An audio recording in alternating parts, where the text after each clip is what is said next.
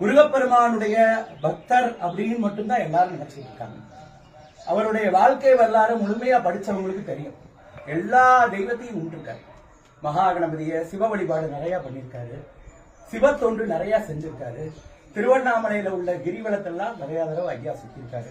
வரலாறு முழுமையா படிச்சவங்களுக்கு தெரியும். ஆஞ்சநேயரை நிறைய கும்பிட்டுருக்காரு.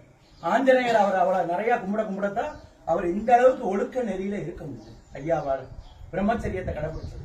அதே மாதிரி எல்லா வகையான கருமாரியம்மன், திருவேற்காடு கருமாரியம்மனுக்கெல்லாம் நிறைய நாள் விரதம் இருந்து போயிருக்காங்க. நிறைய இருக்கு. நம்மளுடைய தேசியமும் தெய்வீகமும் இரு கண்களாக கொண்டவர் நமது முத்துராமலிங்க தேவரையா. அவரை நம்மளோட குருநாதரா எடுத்துக்கணும். இப்ப இருக்கக்கூடிய கலியுகத்துல கு என்றால் இருள், ரு என்றால் வெளிச்சம்.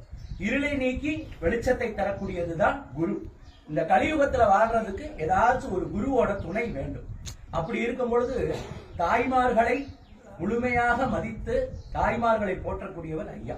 அதனால வீட்டுல இருக்கக்கூடிய தாய்மார்கள் மனசு சந்தோஷமா இருந்தாலே அந்த குடும்பம் செழிச்சிடும் சொல்லுவாங்க.